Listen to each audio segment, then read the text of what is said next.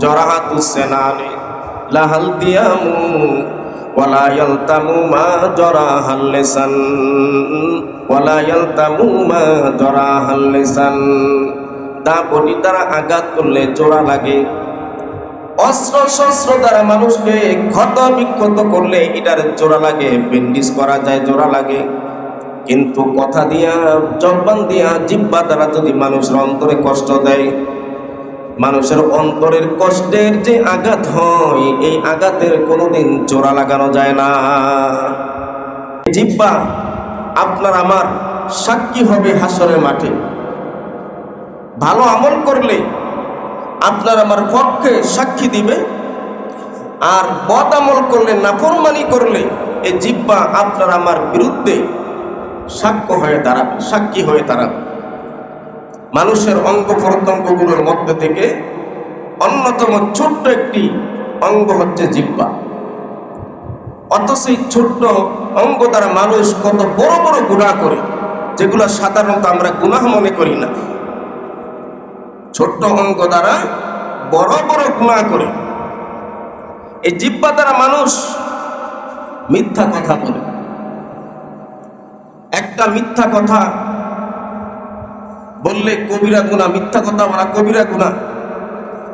আর একটা কবিরা গুনাহের কারণে ৭,০০০ বছর জাহান্নামের আগুনে জ্বলতে হবে। এই জিহ্বা দ্বারা মানুষ গীবত করে, এই জিহ্বা দ্বারা মানুষ পরনিন্দা করে, এই জিহ্বা দ্বারা মানুষ গালমন্দ করে, গালাগাল করে, এই জিহ্বা দ্বারা মানুষ অশ্লীল কথা বলে। জিহ্বা কতটুকু? কয় ইঞ্চি? সামান্য ২-৩ ইঞ্চি জিহ্বা। এই জিহ্বা এমন একটি গুরুত্বপূর্ণ অঙ্গ, এই জিহ্বার কারণে মানুষ ঘি চিনি খায়, সমাজে সম্মানিত হয়। এই জিহ্বার কারণে মানুষ অপমানিত, অপদস্থ হয়। এই জিহ্বাহের কারণে মানুষ লাঞ্ছিত, বঞ্চিত হয়। জিহ্বাহের কারণে মানুষ সম্মানিত হয়, উচ্চ মর্যাদা সম্পন্ন হয়। এই জিহ্বাহের কারণে মানুষ অনেক উঁচু মাকামে উঠতে পারে, আবার এই জিহ্বাহের কারণে মানুষ অনেক নিচে নেমে যায়। অত্যন্ত গুরুত্বপূর্ণ জিনিস এই জিহ্বা। এই জিহ্বা দ্বারা যদি আপনি আমি ভালো আমল করি, জিহ্বা কেন আল্লাহ দিয়েছেন? জিকির আজকার করব, আল্লাহর নাম স্মরণ করব, তাসবিহ তাহলিল করব, কোরআন তেলাওয়াত করব, মানুষকে সৎ কাজের আদেশ, অসৎ কাজের নিষেধ করব, এবং এই জিহ্বা দ্বারা মানুষকে ভালো ভালো কথাগুলো বলবো, উপদেশ দিব। তখন এই জিহ্বা আপনার আমার পক্ষে সাক্ষী দিবে। আর যদি এই জিহ্বা দ্বারা বিপরীতমুখী কাজগুলো করি, পরনিন্দা করি, গীবত করি, অশ্লীল কথাবার্তা বলি, তাহলে এই জিহ্বা আপনার আমার বিরুদ্ধে সাক্ষী হয়ে দাঁড়াবে। আল্লাহ রাব্বুল আলামিন সূরা নূরের 24 নম্বর আয়াতে বলেন, ইয়াওমা তাশহাদু আলসিনাতুহুম। আল্লাহ রাব্বুল আলামিন বলেন, কিয়ামতের ময়দানে, কিয়ামতের মাঠে তাদের জিহ্বাগুলো, জবানগুলো সাক্ষী হয়ে দাঁড়াবে, সাক্ষী দিবে, জিহ্বা সাক্ষী দিবে।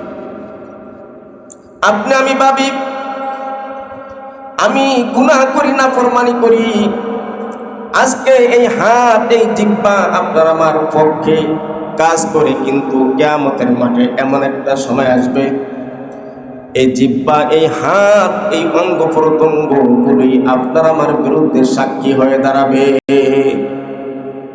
আজকে আপনার আমার পক্ষে কাজ করে, কিন্তু কিয়ামতের মাঠে এরা আপনার আমার বিরুদ্ধে সাক্ষী হয়ে দাঁড়াবে।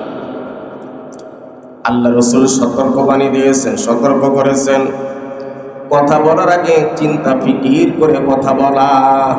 আমার ভাইরা, বন্দুকের গুলি ছুটে যাওয়ার পর আবার পুনরায় বন্দুকের মধ্যে গুলি পুনরায় ফিরে আনা সম্ভব, কিন্তু মানুষের মুখ থেকে যখন কোনো কথা বের হয়ে যায়, এই কথা কিয়ামত আসবে, যা কিছু হয়ে যাক, কোনোদিন আর মুখের মধ্যে এই কথা আর ফিরানো যায় না,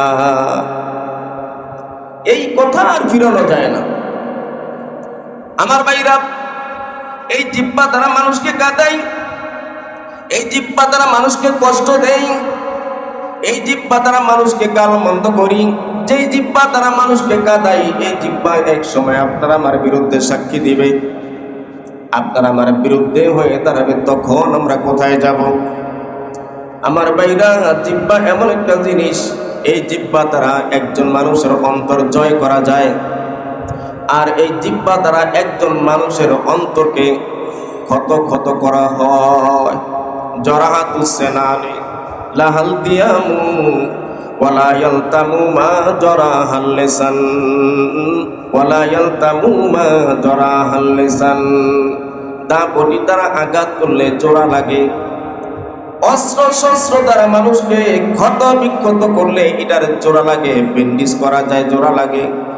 কিন্তু কথা দিয়া, জবান দিয়া, জিহ্বা দ্বারা যদি মানুষের অন্তরে কষ্ট দেয়, মানুষের অন্তরের কষ্টের যে আঘাত হয়, এই আঘাতের কোনোদিন জোড়া লাগানো যায় না।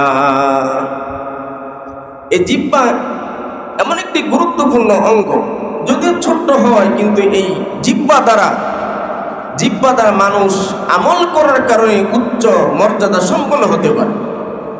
আর এই জিহ্বা দ্বারা মানুষ খারাপ কাজ করার কারণে সে অপমানিত, অপদস্থ হয়েছে।